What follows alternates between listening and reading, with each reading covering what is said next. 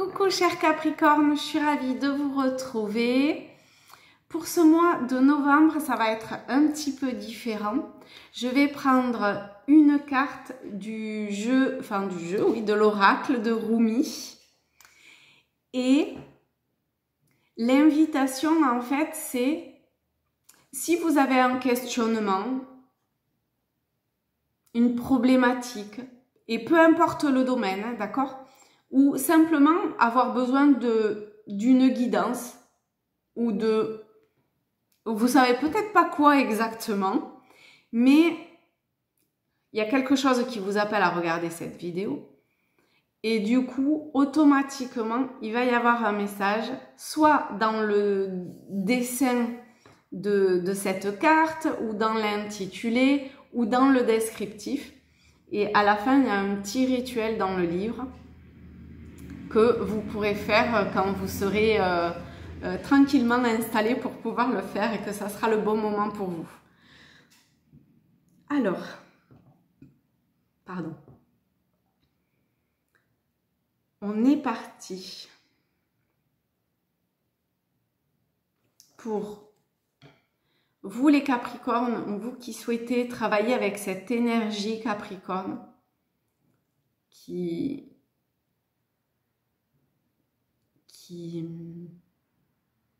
où il y a Pluton hein, qui commence à gentiment partir.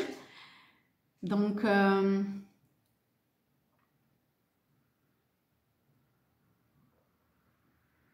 il y a peut-être...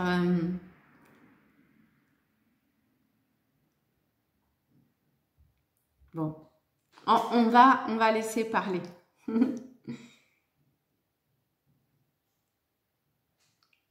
Alors,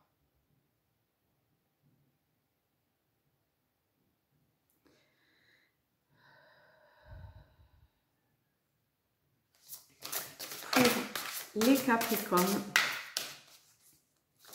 quelle est...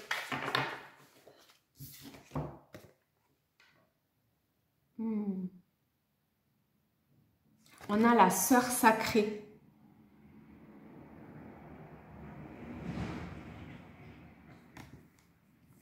La numéro 37. Alors, donc au niveau du descriptif, ça commence par un poème de Rumi.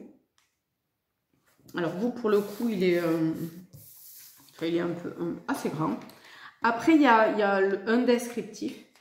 Et enfin, comme je vous disais, il y a le rituel. Donc, ici, c'est pas que tout doit parler absolument, que ça va faire, je sais pas moi, bon, peut-être un miracle pour certains, mais en tout cas, il y a soit dans le dessin, soit une phrase, il y a quelque chose qui est là pour venir, vous voyez, c'est la couleur rouge, pour venir, je sais pas, déclencher quelque chose de fort quand même, hein, apparemment.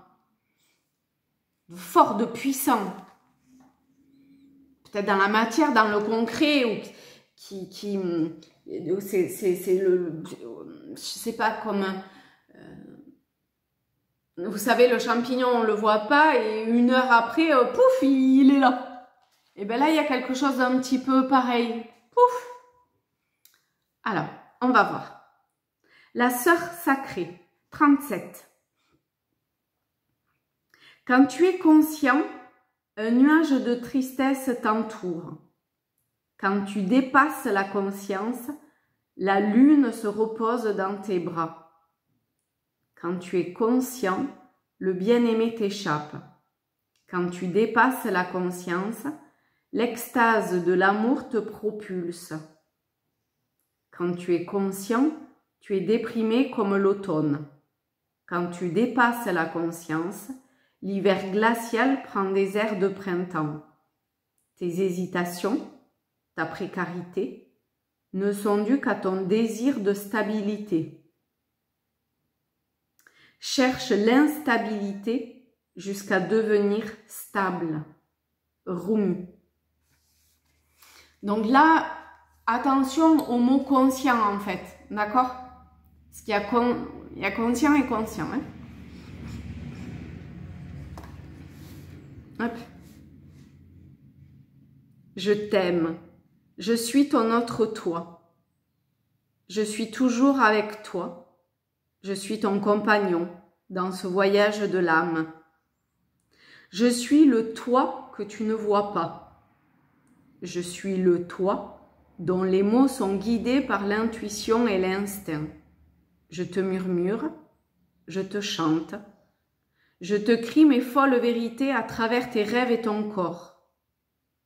Je suis le toi qui est sage, qui fait confiance à la vie, qui sait. Je suis le toi qui voit la réalité plutôt que les apparences. Je suis le toi qui sait comment être libre et heureux. On peut légitimement affirmer que l'être humain avance seul dans la vie. Il est tout seul quand il voit le jour, quand il descend dans les profondeurs de la psyché, quand il rencontre la mort. Mais on peut aussi adopter une perspective plus vaste selon laquelle nous ne sommes jamais seuls, selon laquelle il est impossible d'être réellement seul, car nous sommes reliés à l'ensemble du vivant.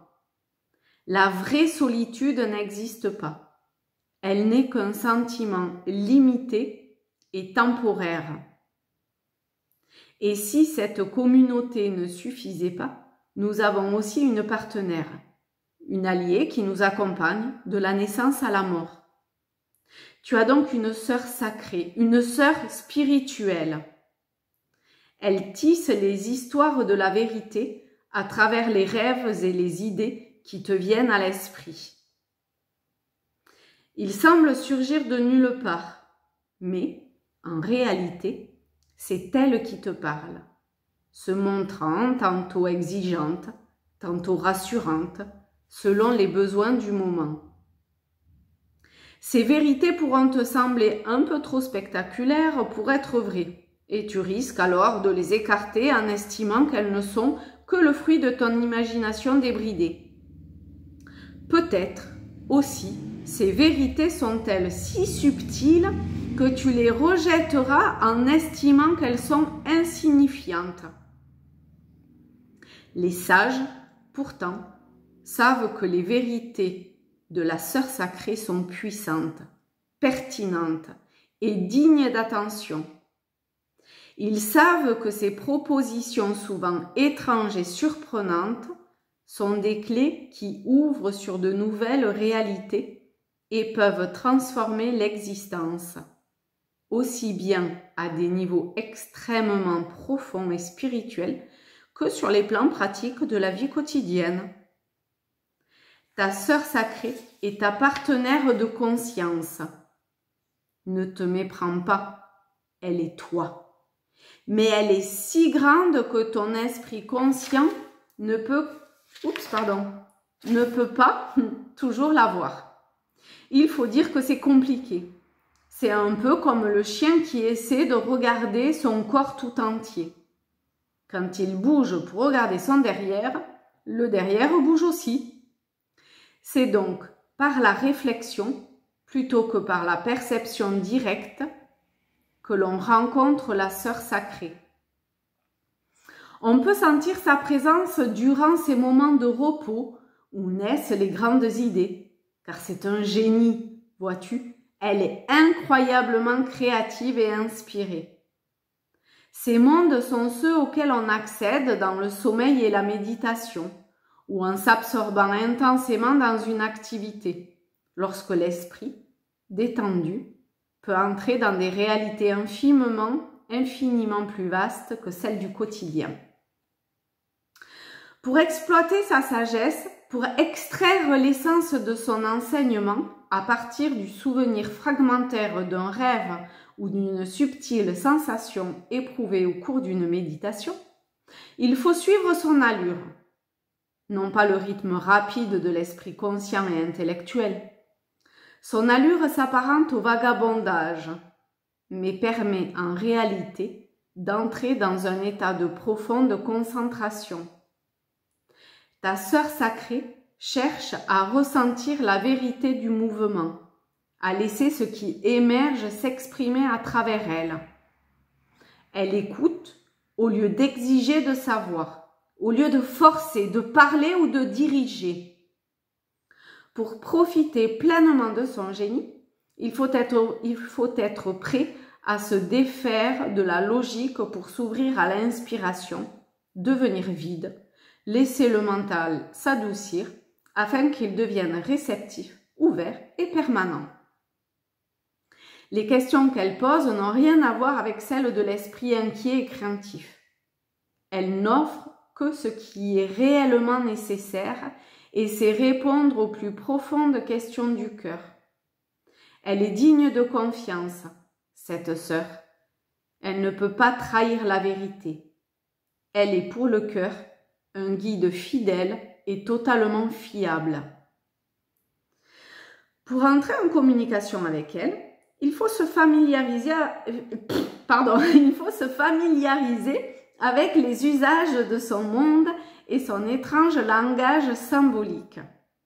Elle ne dira jamais ce que l'on sait déjà. À quoi bon?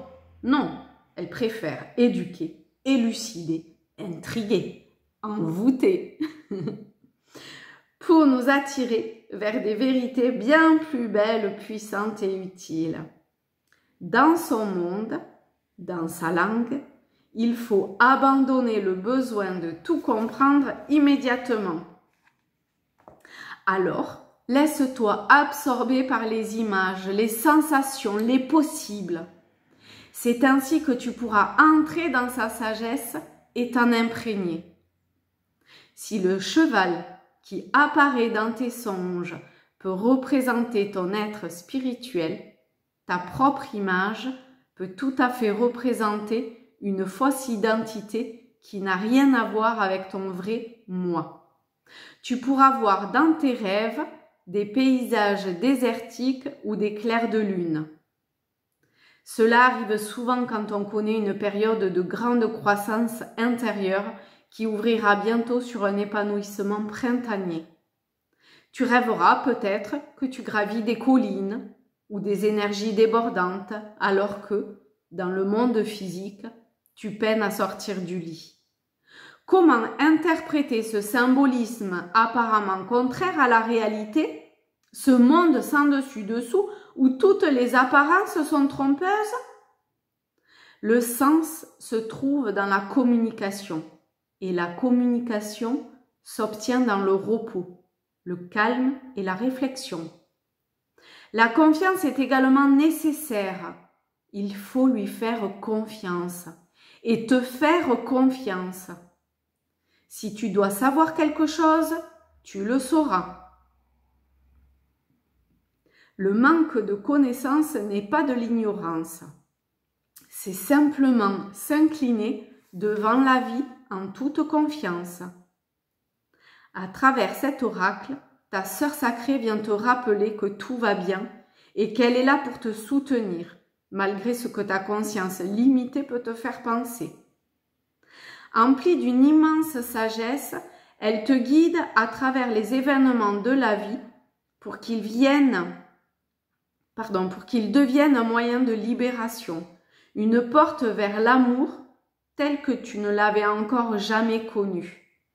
Qu'importe si pour le moment, tu te sens comme un rat dans un labyrinthe ou un ivrogne trébuchant dans des ruelles obscures à la recherche de sa maison. Qu'importe si tu as l'impression d'avoir perdu le contrôle sur ta vie. Ta sœur sacrée te fait à présent savoir que tout se déroule comme il se doit et que sa volonté se réalisera. Ce qu'elle veut, c'est ton épanouissement, ta complétude. Sa volonté se réalisera parce que sa volonté n'est rien d'autre que la nature. C'est la croissance, c'est Dieu. Elle est Dieu. Dieu en toi. N'oublie pas cela et tu comprendras que tout ira bien. Cet oracle t'apporte également une guidance particulière. Tu sais quelque chose, au fond de toi, sans comprendre pourquoi ni comment, tu le sais. Cela ne fait pas sens, mais tu le sais. Peut-être sais-tu éviter une certaine situation. Peut-être connais-tu la joie qui t'attend. Peut-être encore sais-tu que quelque chose se terminera bien malgré ce que les apparences pourraient laisser penser. Enfin, peut-être sais-tu que tu es destiné à prendre un certain chemin. Quoi qu'il en soit, tu sais. Cet oracle vient donc te confirmer que les choses que tu sais, aussi mystérieuses soient-elles, ne sont rien d'autre que les murmures de ta sœur sacrée. Fais-lui confiance et agis en conséquence. Maintenant, c'est l'heure du rituel. Et par la confiance, pardon, mais il y a la foi, ok? Ça va, c'est pareil quoi. Enfin, même la foi, ça un petit peu plus encore. Donc, il faut que vous soyez tranquille, bien installé et tout, ok? Agenouillez-vous, c'est dur à dire, ou asseyez-vous confortablement, de préférence sur le sol, de façon à vous sentir ancré dans la terre. Posez les mains sur le sol ou sur vos genoux. Dites à haute voix. J'invoque la sœur sacrée de mon âme, le sage, et la sage et je recommence. J'invoque la sœur sacrée de mon âme, la sage et invisible prêtresse du temple de l'amour.